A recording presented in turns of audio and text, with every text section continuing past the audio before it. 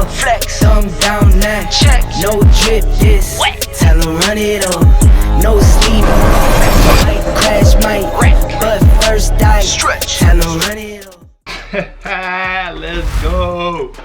What's good, Does Nation? What's good, YouTube family?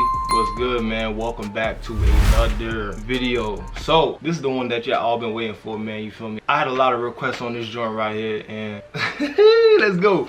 So as always, you feel me? I gotta make my disclaimer for y'all, man, because you know people like to act up on the internet and say some wild stuff. Then I gotta snap on y'all. You know what I'm saying? So my disclaimer: this video is not to convince you of anything, but to spark a thought so that you may go do your own research and find your own truth and find your own level of enlightenment. In this video, I will be talking about the African, the Negroid biological makeup. So I cannot tell you what to eat if you are a Mongoloid, if you are a Caucasoid. I'm talking about black people and our genetic makeup for this video. So y'all know what this video is about, man. Highly requested. Were ancient Africans vegan? And I gotta make my disclaimer to my people in Haiti that watch me, okay? So avant de commencer vidéo pour m'expliquer pour saluer nous toutes pour tout haïtien moi qui abonné avec channel là, juste Haïti, juste États-Unis, juste Angleterre, n'importe côté où yé, pour m'expliquer qui j'en bagay yo yé. M'pa faire vidéo ça pour m'ka faire vegan, mais m'a juste expliquer tout bagay moi étudié pendant maintenant l'école et puis pour compte moi, parce que toute information ça m'a base c'est pas un bagay qui nouvelle, ça c'est un bagay moi connais depuis l'année 2015. So faut m'expliquer à l'étudier, à faire research et puis si m'a ba monti ou gen wa retourner dans vidéo ça et puis ou jouer ou mettre di get maman, OK? Dans vidéo ça m'a expliquer est-ce que moun qui te sort dans Afrique, moun qui te fait dans Afrique, te manger viande, plutôt est-ce que yo te végétarien? Ça c'est qui ça m'a fait vidéo ça pour m'expliquer tout le monde qui ça nous te manger, les nous te vivre dans Afrique, parce que qu'on est haïtien c'est africain nous yé. Okay? So, with that being said, family, let's get right into the video, man. Make sure to smash that like button. All the YouTuber things, you feel me? Hit the bell so you get notified. Let's go. Alright, so as always, I got my notes on my phone. I got my notes right here, you know what I'm saying? So I don't lose my track of thought. I got my key points right here. So if you see me looking over, referencing from my phone, which I will be doing a lot in this video, it's because I don't want to miss any information. I could freestyle this for y'all, but I would definitely miss some stuff and leave some stuff out, and then I'll be angry at myself. You feel me? So with that being said, family, I'm a little too excited. Let's get into it, man. I titled this particular lecture right here, Were Ancient Africans Vegans, right? So we're gonna go through this in layers so we can understand history and so that we can tie it back to Africa. So it is important to know that when we're talking about biology, there are different human types. There's Caucasoid, Negroid, Mongoloid, which is Asians, you know what I'm saying? And so we will be diving into ancient African nutrition and customs. Now, unfortunately, the majority of Africans in the diaspora, all right, and even on the continent today have strayed away from our ancestors' natural and optimal diet. I'm going to explain why their diet was optimal, okay? Now, it is a fact that ancient Africans, or aka Ethiopians, which literally meant black face, by the way, or Kemites, Kemetu, Memphites, Thebans, the land of Ham, all reference black, jet black, black skin, black people. It's a fact that in terms of biology, we ate the best and most suitable diet for our genetic makeup back then, and I'm going to explain why. So we will be talking about ancient Kemet prior to Eurasian invasion, right?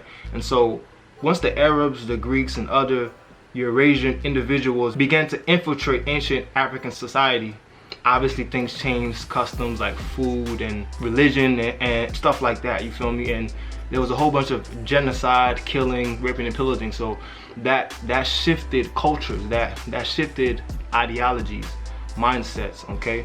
And so, you know, and just for the purpose of this video, so that we're all on one page, whenever you hear me say Eurasians, I'm talking about anybody that is not black, anybody that is not African. So we're talking about, you know, all of white people, because Kemet in Africa was infiltrated by Europeans or white people, Caucasoid people, Mongoloid people, Asian people. This is a fact, okay? And so our ancestors would actually refer to these people as Amu. We were Kemetu, which means black people. They were the Amu, okay? The first thing that I want to dive with you guys so that we can have a better understanding of veganism, vegetarianism, and all this terminology is, first we got to look into ancient, the word ancient Africa, ancient African, ancient. What does the word ancient actually mean? So I'm gonna pull up the definition for y'all real quick so we can, you know, have a better understanding of what does the word ancient actually mean. Alright, so boom. When you look up the definition of ancient, it says belonging to a very distant past and no longer in existence. Similar, earliest, first, early, past, former, bygone, you know, showing or feeling signs of age or wear, an old person. And so, as you can see, this definition is very vague. It could be used loosely. What does ancient mean, right? So, for the context of this video, the reason why I'm talking about ancient Kemet is because ancient Kemet is a 30,000-year-old plus civilization for a fact. Okay, so we're talking about one of the oldest known civilizations to man, okay, or whoa man. So this is why we will be talking about ancient Kemet, which is, you know, I think we could pretty much agree that it's one of the most intriguing civilizations till this day, because people are still obsessed with it. People are still trying to figure things out, right? Which, by the way, for people that don't know, till this day, Kemet was a jet black Nubian society. They were black people prior to, you know, European, Asians coming in and infiltrating. Don't play with me. Don't play with me. You feel me? So this is actually what, you know, they don't want you to know, that ancient Egypt, ancient Kemet, you know, for the purpose of this video, I'm talking about Kemet, not Egypt, because Egypt is a Greek name derived from Gyptos, okay? So ancient Kemet, this is what they, and by they I mean Egyptologists, archaeologists, try to hide from people the fact that they were black. And by the way, Egyptology started in the 1700s once the French came over to Egypt and started literally shooting off the noses of the Sphinx and statues, because the idea that a civilization as great as Kemet could be so black was appalling to Napoleon and the Frenchmen. It was so appalling that they had to shoot the noses off of statues, take the artifacts, excavate the mummies, take everything, okay? And so I gotta say all these things so we can be on one accord for where we're about to go, okay?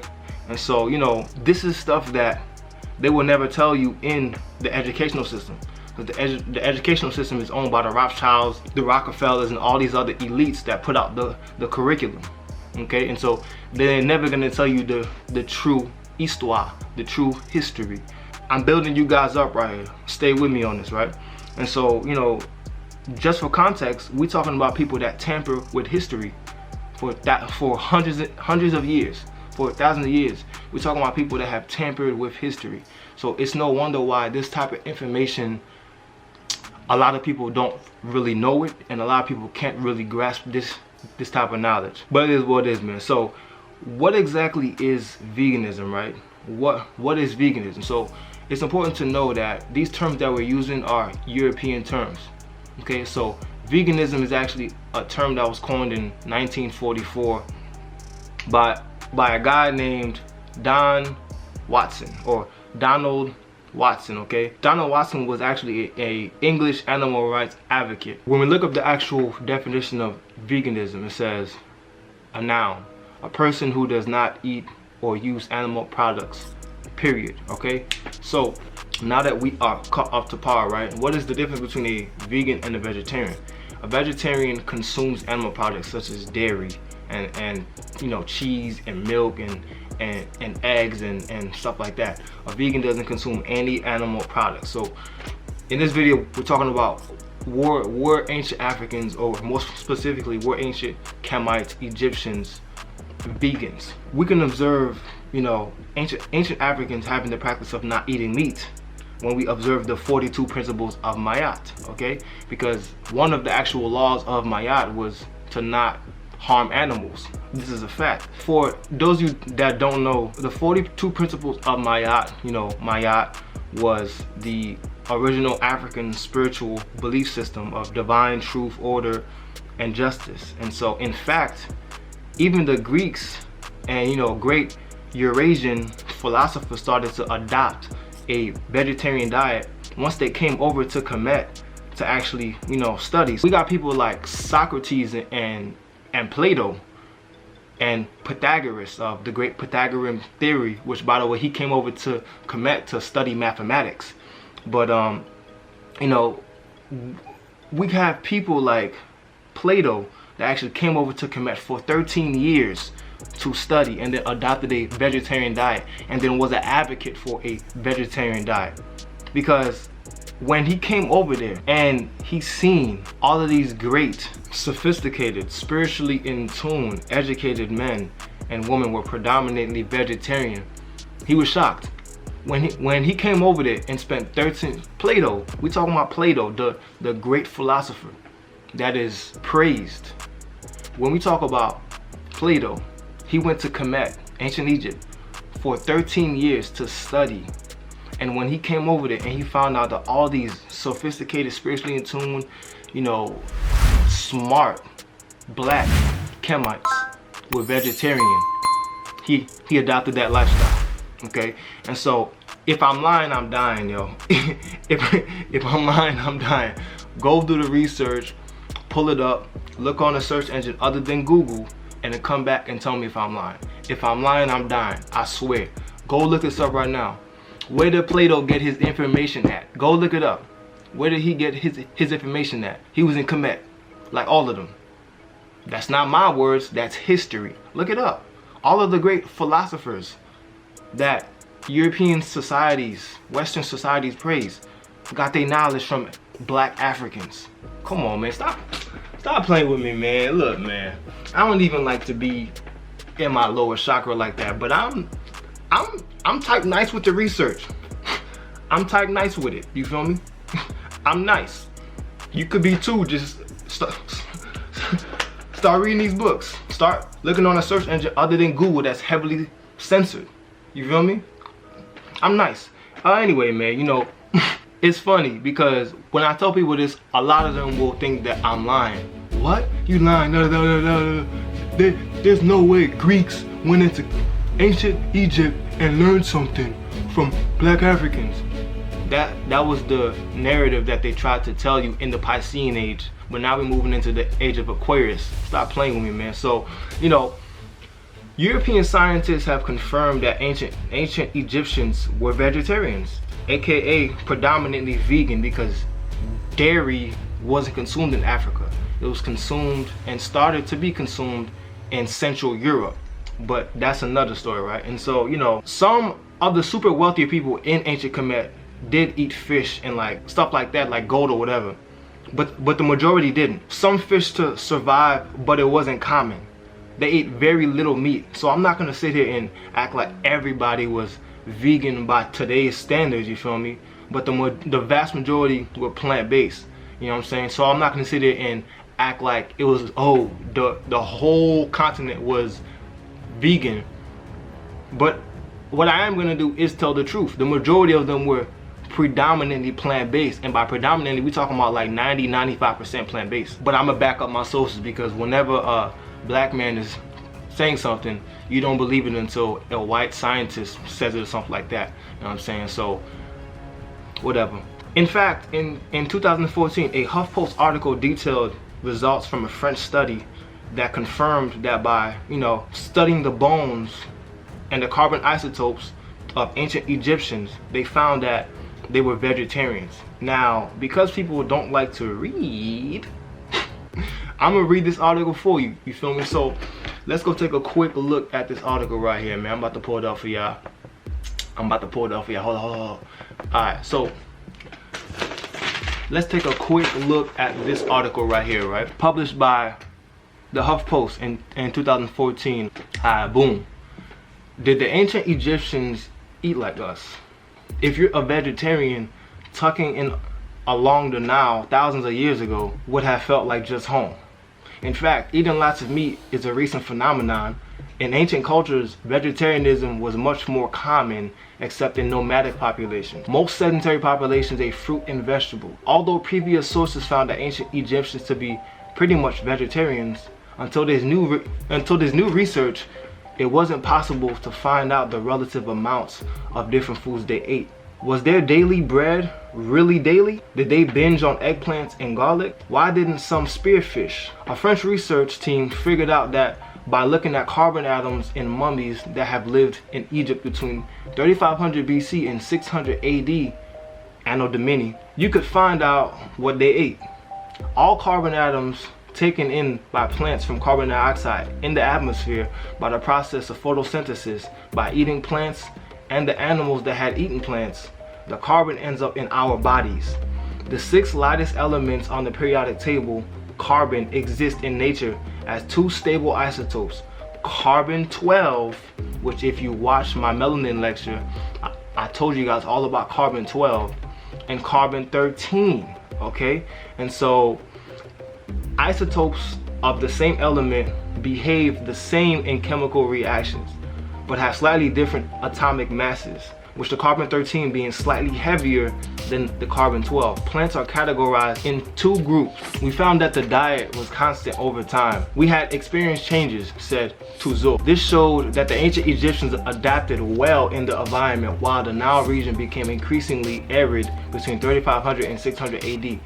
To Kate Science, an archaeologist and specialist in ancient Egypt at the UK University of Cambridge, this could be expected. Although the area is very arid, they were cultivating crops along the river just by managing irrigation, which is very effective, she said. When the level of the Nile decreased, farmers just came closer to the river and kept on cultivating in the same way. The real mystery is the fish. Most people would probably expect the ancient Egyptians living along the Nile to have eaten loads of fish.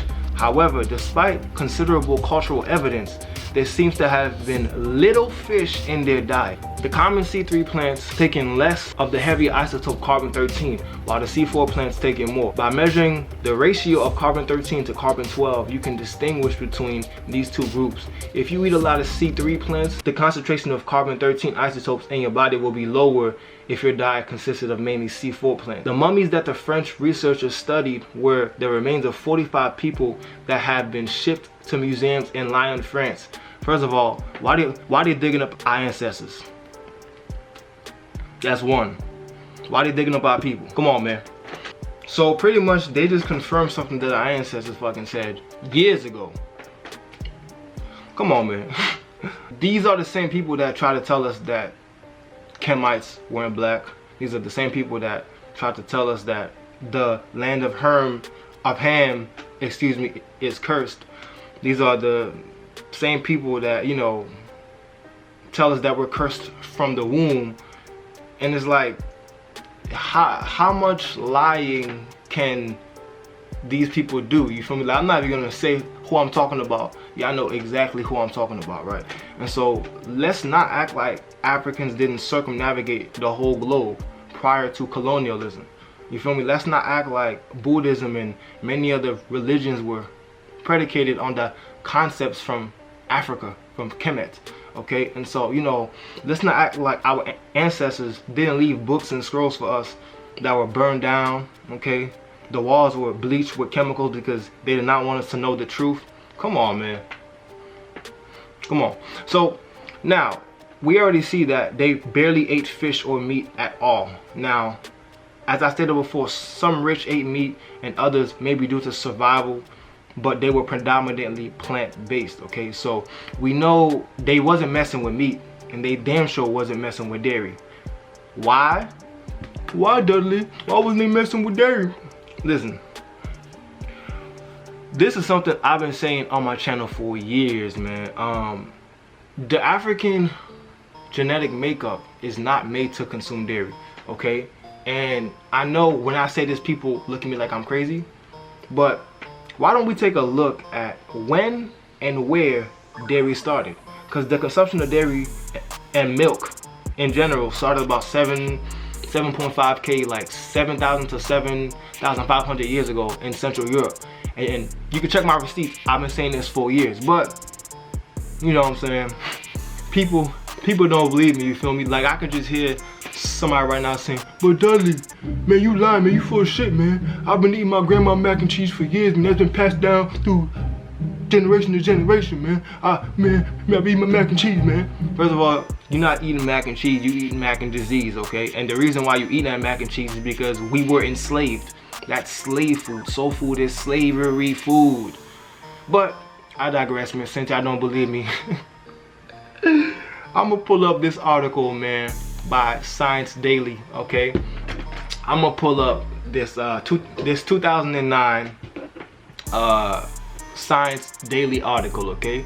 And because I know a lot of people don't want to read, unfortunately, I'm gonna read it for y'all, okay? So this 2009 Science Daily article says, right, the ability to digest milk, sugar, lactose first evolved in dairy farming communities in Central Europe, not in more northern groups as was previously thought, finds a new study led by UCL, University of College London. Scientists published in the journal, whatever that is, all right, the genetic change that enabled early Europeans to drink milk without getting sick has been mapped to dairy farmers who lived around 7,500 years ago in a region between Central Balkans and Central Europe. Previously, it was thought that natural selection favored milk drinkers only in more northern regions because their greater need for vitamin D in their diet, okay, which is false, because I already told you guys that you don't get vitamin D from dairy. It actually does the opposite. It strips vitamin D from the bones, okay? And so a whole nother story, but I digress, man. Where was I?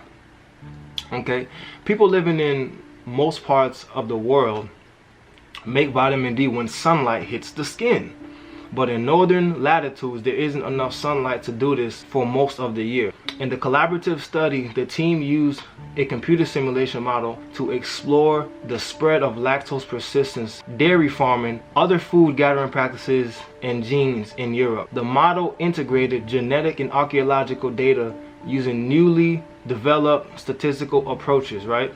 Professor Mark Thomas, UCL Genetics, Evolution and Environment, says most adults worldwide do not produce the enzyme lactase and are unable to digest milk, sugar, lactose. However, most Europeans continue to produce lactase throughout their life, a characteristic known as lactose persistence. In Europe, a single genetic change is strongly associated with lactase persistence and appears to have given people a bit survival advantage. Since adult consumption of fresh milk was only possible after the domestication of animals, it is likely that lactase persistence co-evolved with the cultural practice of whatever. Y'all get the point that I'm trying to make. It was not an African thing to consume dairy. It wasn't. Period. This is why 70% of the world's population cannot consume dairy. It's a fact. It's because the majority of the population on the planet, right? Because people ask me, yo, why is 70% of the population unable to consume milk? Why are they lactose intolerant? But I'll tell you why, man. Everything you know about this Western educational system is a lie. Everything is a lie, okay? And so I told you that the educational system is ran by elites, Freemasons, Masonic, satanic people that want to miseducate you, right? And so it's because the majority of the population on the planet are of African descent, whether we want to acknowledge that or not. The majority of natural people on this planet, because there are engineered people that stay with me, there are hybrids. The majority of people on this planet have the mitochondrial Eve gene, African blood, okay? And so, you know, they tell you that black people are the minority, Latinos are the minority, even Asians are the minority, which is not true. Actually, many Asians actually have African blood. Look it up, okay? And there are even Afro-Japanese people living in Japan right now. In fact, there's a saying in Japan that goes like this: you can never truly be a samurai unless you have African black blood. Look that up. Because the first samurais were African. We're talking about the Nagas, like they went to Japan. Stop playing with me, okay? But I digress. The majority of people cannot consume milk because our bodies are not designed to do so. Dairy is unnatural, causes disease in the body. This is why, you know, you have to clear your throat after you have some milk. You know what I'm saying? That's mucus building up. This is why you feel slow and sluggish after you have a plate of soul food. You feel me? This is why black people say that they have the itis after they eat, which is the dumbest thing I heard in the world. You feel me? Why would you say that you have inflammation after you eat? That's clearly not a good sign. But you know, hold on, you know what, man? Let's pull up the definition of itis real quick for y'all. For the people that love to say, oh, I got the itis after soul food. Y'all be blowing me, bro, I swear. Y'all be blowing me, son. Alright, so clearly I'm about to bring out the medical terminology on y'all, you feel me? I'm about to bring it out for y'all. So clearly, when you look at the definition of itis, it says forming names of inflammatory disease. So, you know, things like laryngitis, arthritis, you know what I'm saying? The suffix itis means inflammation, so why would you want that to be tied to your food? So my, damn bro, I mean, that mac and disease was mad good, man, you feel me? Man, that don't give me the itis, bro. I'm about to tap out. Why would you want your food to give you inflammation? So, you know what I'm saying? Like, I'm just trying to bring you up to par with even how we talk as people.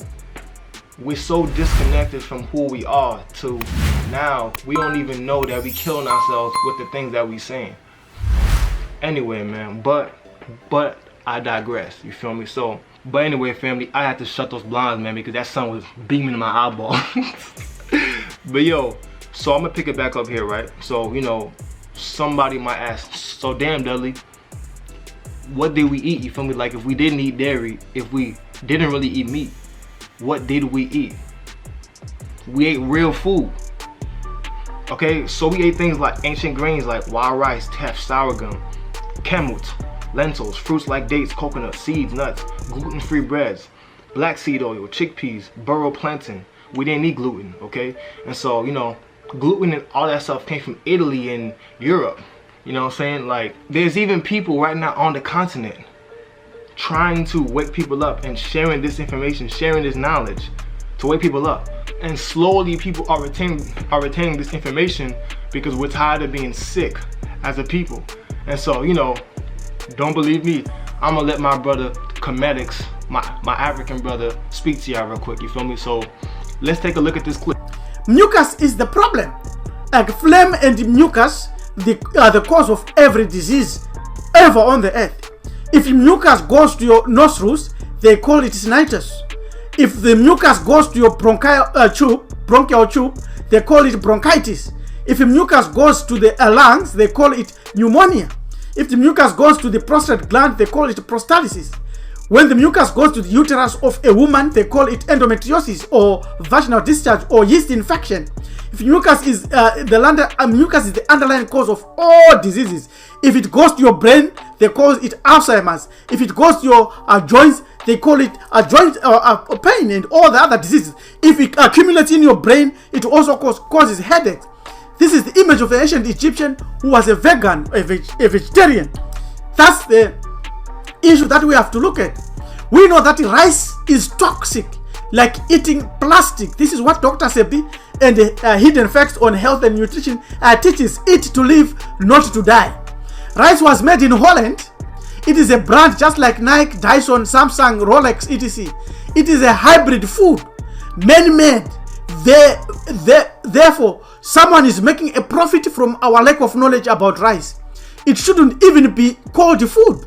Rice in its raw form looks and feels like plastic because it is plastic. It even returns back to plastic if you leave it out for a long period of time after being cooked. Rice contains cyanide and high levels of starch. Starch is a chemical that the body converts into. Need I say more? You feel me? We got people on the continent teaching this stuff now and waking up the people, all right?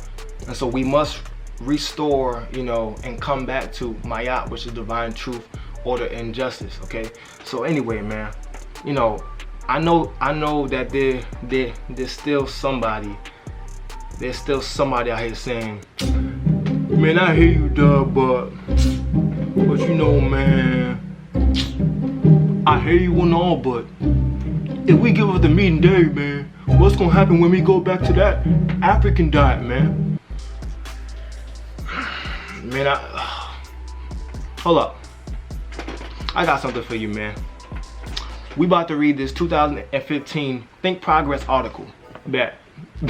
I got something for you. So, since y'all don't believe me, but you only believe when, you know, a European person says it, you feel me? I'm gonna read this 2015 Think Progress article for y'all, right? So, the title of this article is What Happened When Scientists Put African Americans on an African Diet and Africans on an American Diet.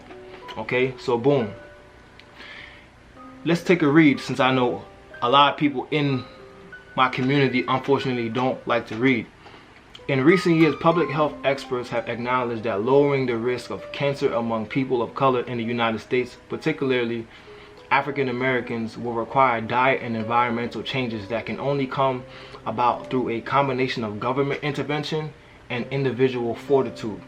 However, questions remain about what the ideal food selection should look like for African Americans, a group plagued by significantly high rates of obesity, heart disease, hypertension, diabetes, and other physical ailments.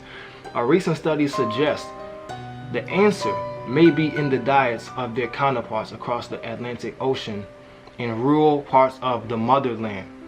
In a study conducted at the University of Pittsburgh, 20 African Americans and 20 South Africans switched diets for 2 weeks.